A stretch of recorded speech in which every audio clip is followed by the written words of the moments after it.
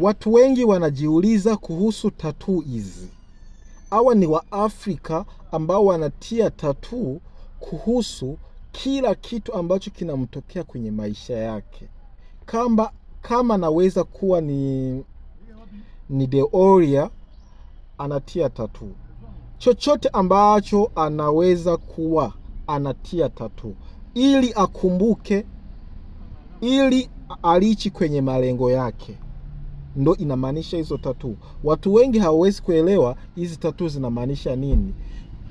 Kwanza, kwa huyu ambao mnavyomuona hapa kwenye skrini, ana mdomo wake ameutoa. That mean wanamaanisha kwamba ukitaka unaweza.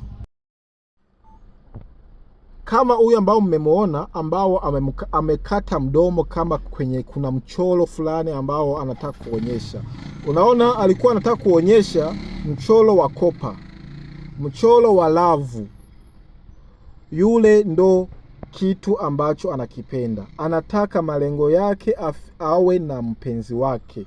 Yule sasa, mwanaume yeyote akimuona anamaanisha anataka mwanaume ambao yupo serious. Na wengine kuna michoro yako ambao unaona kwenye mgongo, huku. Ile ni African culture.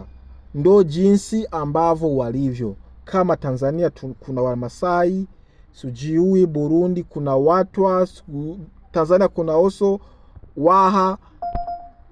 Hizo zote ni culture ambazo zinamaanisha hivi vitu ambavyo unaona kwenye mwili wa watu. Guys, kama hujasubscribe, please subscribe kwenye channel hii ili upate mambo mengi.